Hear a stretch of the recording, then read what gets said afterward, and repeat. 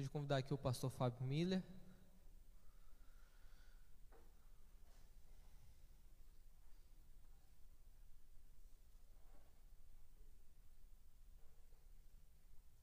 E é lá de Antônio Prado, uma cidade bem grande, com 1.600 habitantes, né, pastor? E veio nos abençoar nessa manhã. Vamos orar pela vida dele? Estenda suas mãos para o pastor Fábio Miller, vamos orar por ele. Deus, obrigado pela vida do pastor Fábio Miller. Ontem nos abençoou poderosamente através da tua palavra. Que ele possa nos abençoar nessa manhã também, Senhor. Que o Senhor esteja usando ele nessa manhã e também de noite, Senhor. Em nome de Jesus, amém.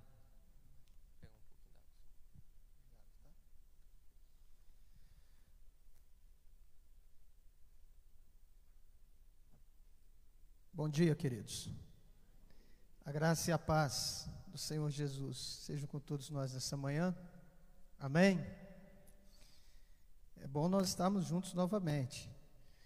Aqui eu me sinto em casa, porque fazemos parte de uma rede de igreja em células, onde nós entendemos que a sua igreja é a minha igreja, e a minha igreja é a sua igreja. Então eu estou na minha igreja. Amém?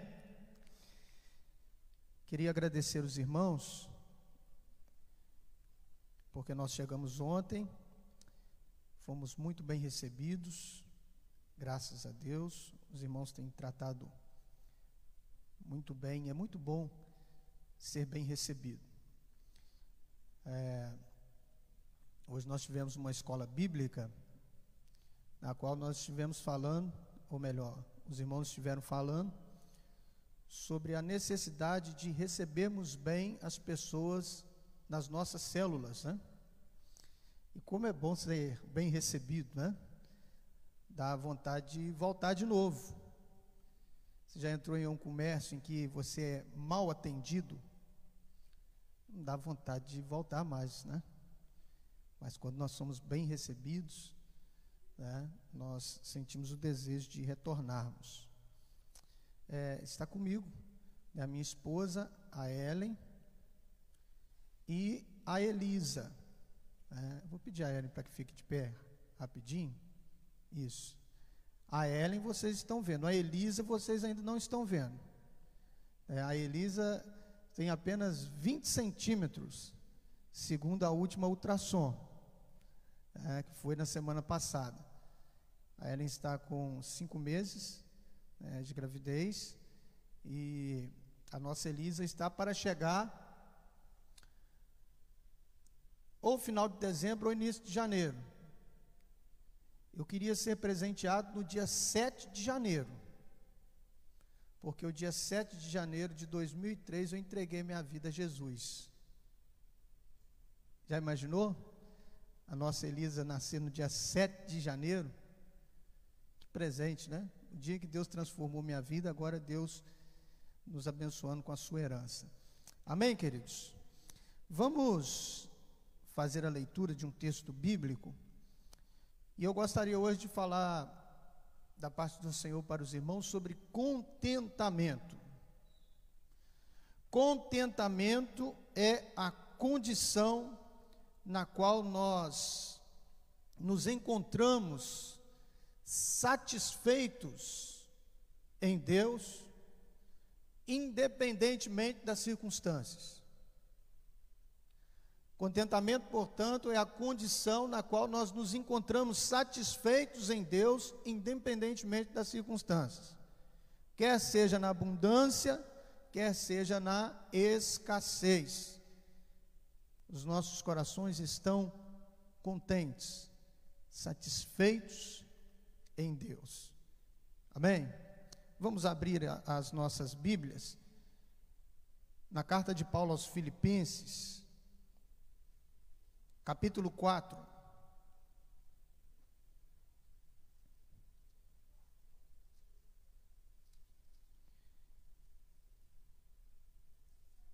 Eu estarei fazendo a leitura na NVI.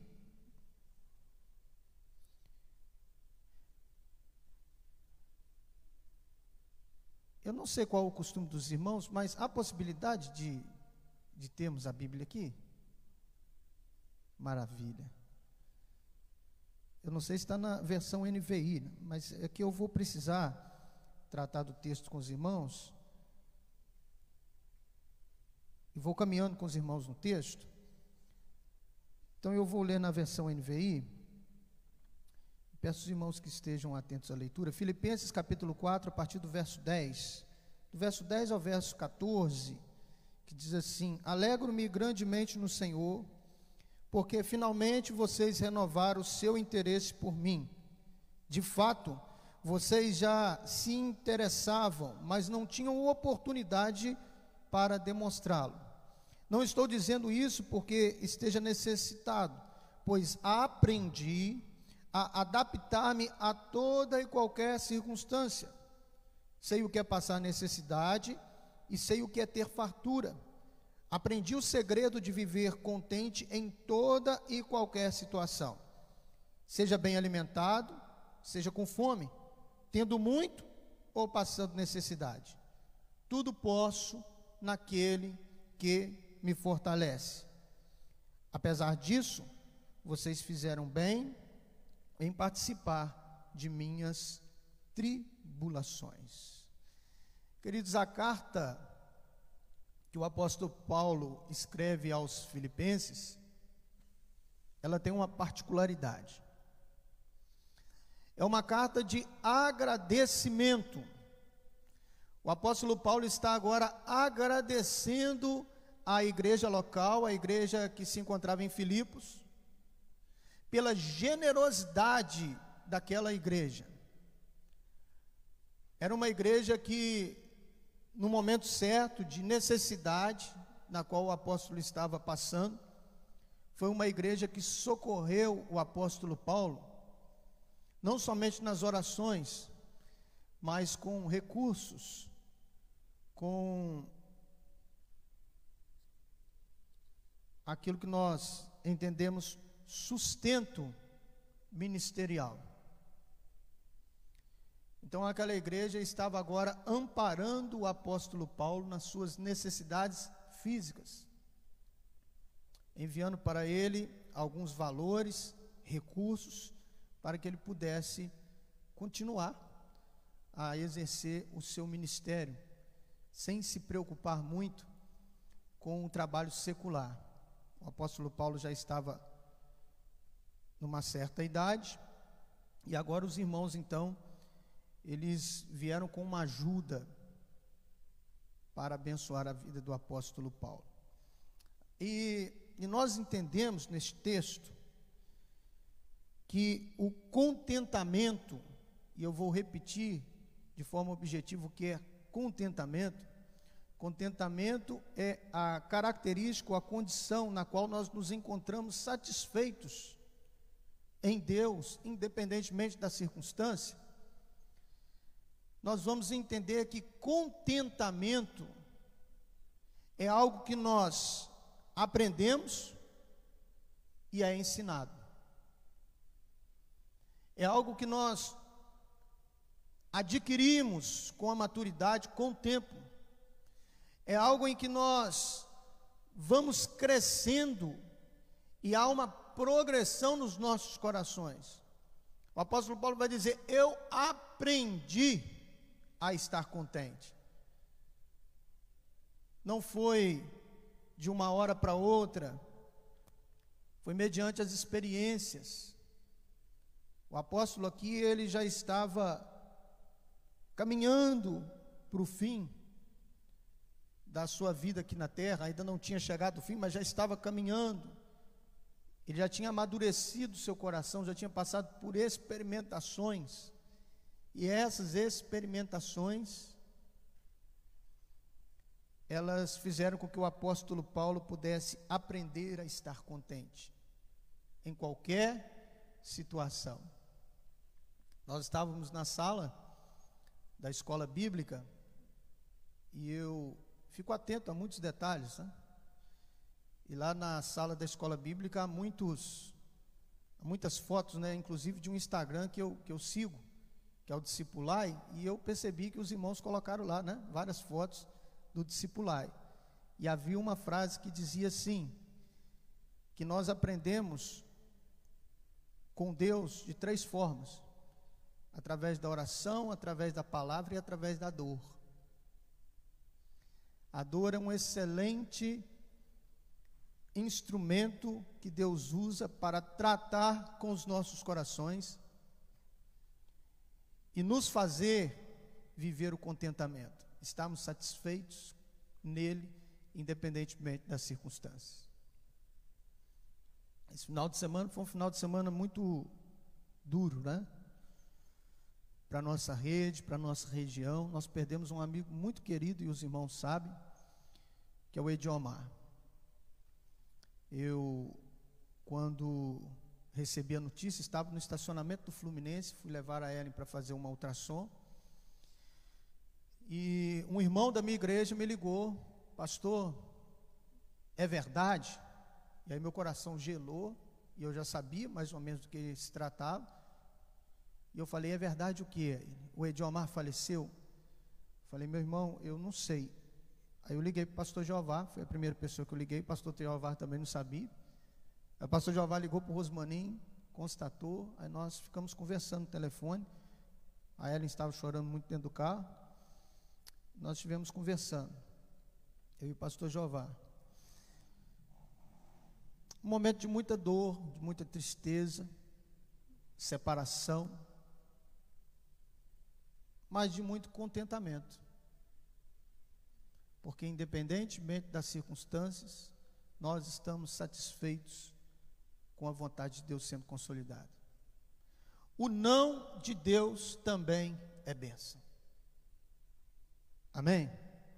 O não de Deus também é bênção. E Deus sabe de todas as coisas, Deus enxerga onde nós não enxergamos, e por isso nós vamos entender que o contentamento é um aprendizado. No verso 11 e 12, o apóstolo Paulo vai dizer o seguinte: não estou dizendo isso porque esteja necessitado. Ou seja, mesmo estando necessitado, mesmo havendo uma necessidade, ele entendia que havia um propósito nessa necessidade. E ele vai dizer: não estou dizendo isso porque esteja necessitado, pois aprendi a adaptar-me a toda e qualquer circunstância. Eu experimentei, eu vivi, eu sei o que é passar necessidade e sei o que é ter fartura. Aprendi o segredo de viver contente em toda e qualquer situação, seja bem alimentado, seja com fome, tendo muito ou passando necessidade. Eu tudo posso naquele que me fortalece. Eu tudo posso naquele que me fortalece. Queridos, ele aprendeu que a sua alegria estava na pessoa de Deus, e que Deus era suficiente para preencher as lacunas e as necessidades que o afligiam. Portanto, contentamento é ensinado e contentamento é aprendido. Ele aprendeu que também não são as circunstâncias que devem reger os nossos sentimentos. Não são as circunstâncias que dizem, na verdade, quem somos ou para onde estamos indo, mas a confiança que temos em Deus, o crer, a fé, que deve mover os nossos corações. Estávamos falando hoje na escola, né, sobre a necessidade de exercermos fé nos encontros de célula, mas isso em toda a nossa vida. Sem fé é impossível agradar a Deus. Crer de forma objetiva é colocar em prática aquilo que nós aprendemos. A palavra crer no grego, a sua origem na raiz, está implícito que crer nos leva a obedecer. Não é uma crença vazia, uma crença psíquica, uma crença mental. É uma crença que nos leva a uma ação. E essa ação é uma ação de obediência. De colocar diante de Deus as nossas vidas, confiantes que Deus tem suprido as nossas necessidades.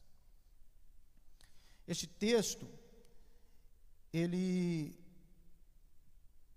no verso 13, tudo posso naquele que me fortalece, por vezes é mal interpretado, né? Por vezes ele é mal interpretado. A ideia aqui não é que nós podemos fazer todas as coisas de qualquer maneira, mas que nós podemos em Deus passar por todas as circunstâncias que Deus estará suprindo, Deus estará cuidando, Deus estará nos conduzindo, consolando os nossos corações. A teologia da prosperidade usa muito este texto para estimular os irmãos, né, a estarem, doando grandes valores, fazendo aquilo que não podem fazer, mas que são coagidos a fazer. Você pode tudo naquele que te fortalece. Dê de oferta o seu carro, que Deus vai suprir, Deus vai te abençoar. Esse discurso vazio. Mas a ideia aqui, queridos, é que Paulo estava passando por grandes necessidades neste momento, mas ele aprendeu a estar contente. Ele aprendeu, por meio das experimentações, da dor, do sofrimento, e também da fartura, da alegria, que isso não era o que media o seu coração, o que conduzia a sua vida. Paulo atendeu para o seu coração, ou inclinou o seu coração para Deus, entendendo que bom é estarmos no centro da vontade de Deus. Ao se ver nessas circunstâncias opostas, nas circunstâncias adversas, nas tribulações, Paulo estava seguro e dentro da vontade de Deus. Paulo ele estava seguro que ele podia passar pelas situações, porque Deus estava o conduzindo, e ele poderia passar por aquilo, porque a mão de Deus o fortalecia. A escassez, queridos, não é necessariamente sinal da desaprovação de Deus. Nós precisamos desmistificar essa ideia. A escassez, a situação adversa, a tribulação, não é necessariamente a desaprovação de Deus. Estamos vivendo um momento no mundo onde o humanismo tem tomado o coração das pessoas. Humanismo é a ideia de que o homem deve estar no centro das atenções, no centro de todas as coisas. Queridos, nós devemos estar no centro da vontade de Deus. As nossas vidas devem estar na dependência de Deus.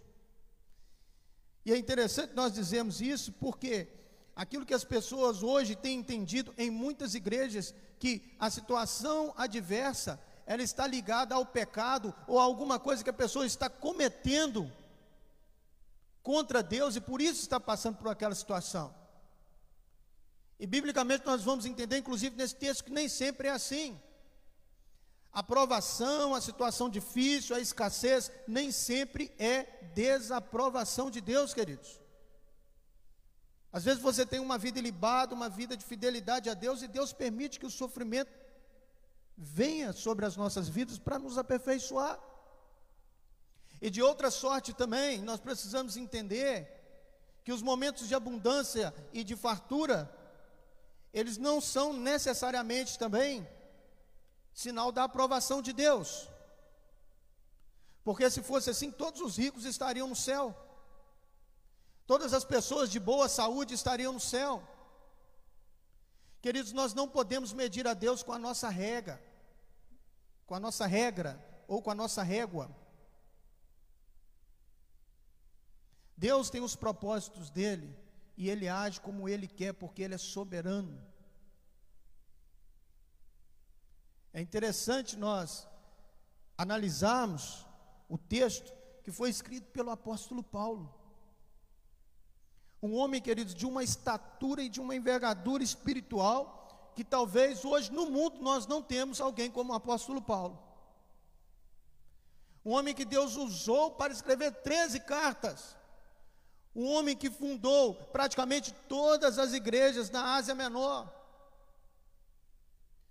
Todas as igrejas que nós temos conhecimento, as igrejas entre os gentios, elas foram fundadas ou tiveram participação efetiva do apóstolo Paulo na consolidação daquele trabalho. As 7 igrejas da Ásia Menor que nós temos em Apocalipse, todas elas tiveram participação, direto ou indiretamente, da vida do apóstolo Paulo, um homem em que Deus usou para falar a milhares de pessoas. E agora nós estamos diante de um homem de Deus, dentro dessa envergadura que era o apóstolo Paulo. E o apóstolo Paulo agora está agradecendo os irmãos, porque durante muito tempo da sua vida, ele passou por grandes privações e provações. E aí nós poderíamos dizer, mas Deus não estava no negócio, Deus não estava com ele? Estava em todo momento.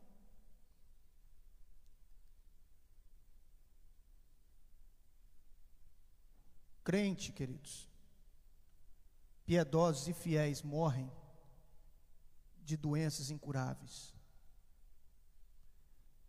Crentes piedosos e fiéis, talvez durante a sua vida nunca vão experimentar o que é ter uma boa condição financeira. Crentes piedosos e fiéis também passam por privações na sua saúde. Crentes piedosos e fiéis passam por privações e por problemas familiares. Todos nós estamos sujeitos a isso. Mas o que mede ou o que deve medir as nossas vidas não são as circunstâncias. O justo, ele vive pela fé. O que deve medir as nossas vidas é a confiança na qual nós temos depositado em Deus e temos buscado em Deus o sustento e a satisfação.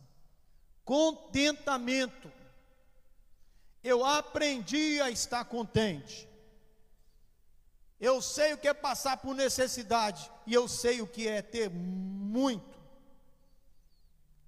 Em qualquer circunstância, Deus me fez aprender que, independentemente delas, eu estou contente e satisfeito, porque a vontade dele está sendo estabelecida na minha vida. Tudo posso naquele que me fortalece. Tudo posso. Em terceiro e último, glória a Deus. Para a igreja, quando estou terminando, o sermão, terceiro e último, glória a Deus. Aí no princípio os irmãos, glória a Deus. Aí deve estar ruim demais, né? Os irmãos estão querendo ir embora. Aí com o passar do tempo eles aprenderam, pastor Giovanni. Aí quando eu falo terceiro e último, glória a Deus, aí fica todo mundo quietinho. Terceiro e último, glória a Deus. Ser contente, queridos, satisfeitos, não significa que não precisamos ser ajudados.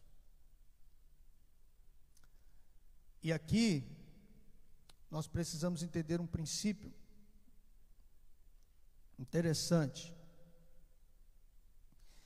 Paulo, ele vai elogiar os filipenses, quando diz, no verso 14, ele vai dizer o seguinte: apesar, vou ler na versão ali, todavia fizeste bem em tomar parte da minha aflição. Pastor Jeová deve passar muito por isso, e eu passo semanalmente por algumas situações interessantes. Alguns irmãos me ligam, entram em contato comigo, e eles começam a conversa assim: eu acredito que o pastor já esteja até sabendo.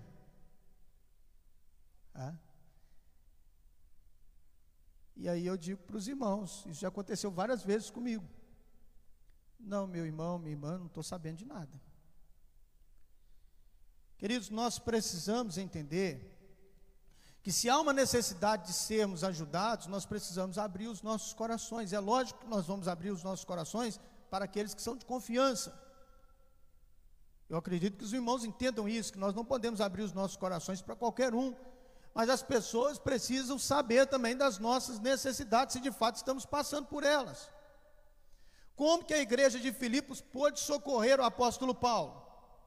Porque chegou àqueles irmãos a notícia em que o apóstolo Paulo estava passando por algumas privações e necessidades. Então a igreja se moveu para ajudar o apóstolo Paulo. Queridos, não existe adivinhação nesse negócio.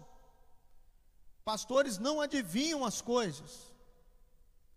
Nós precisamos abrir os nossos corações para também sermos ajudados, não somente financeiramente, mas em outras áreas da nossa vida, emocionalmente, no espiritual, porque às vezes as pessoas estão passando por privações, porque se negam em ser ajudadas.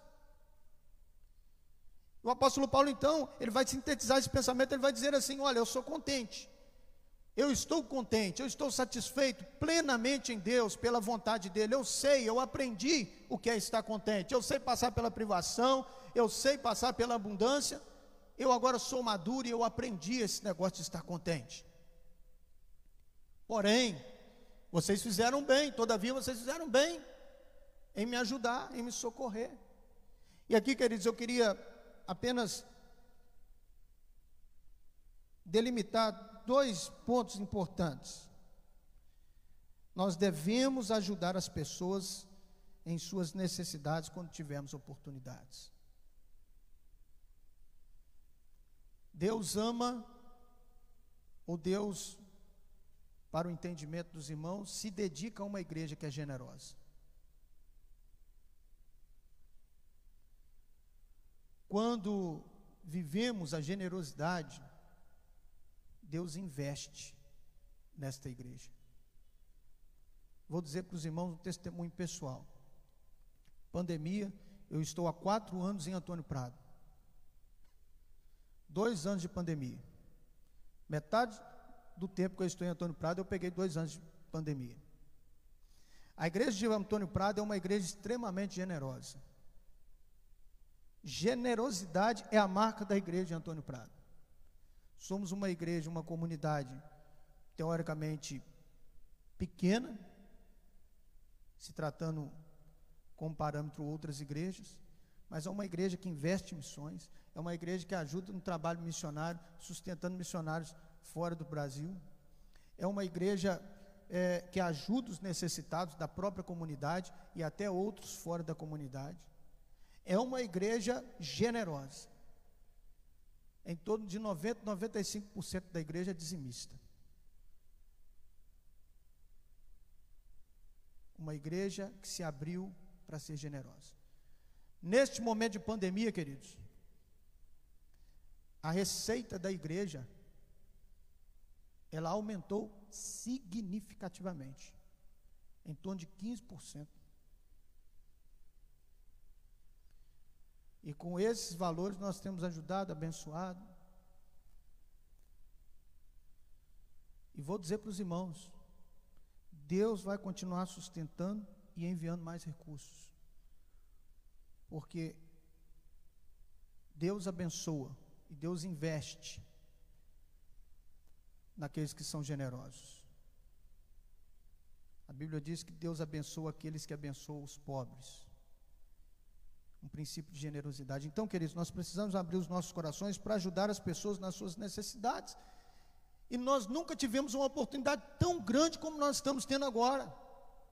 14 milhões de desempregados na nação, 40 milhões no informal, pessoas passando por necessidades extremas, e é momento da igreja se levantar e ajudar os necessitados, inclusive os de fora, porque será um grande testemunho de amor ao próximo.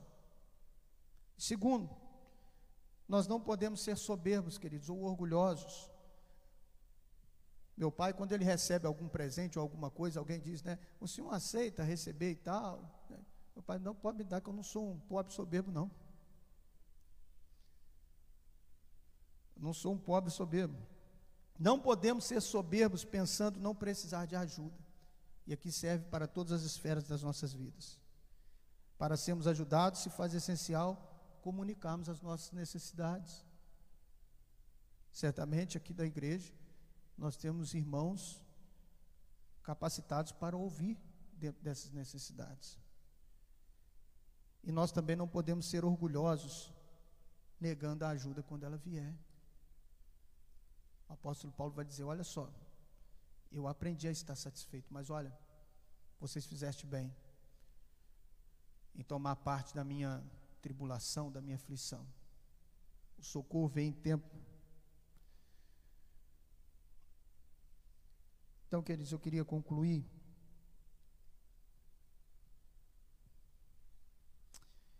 pensando que estar contente em Deus é uma mudança de valor.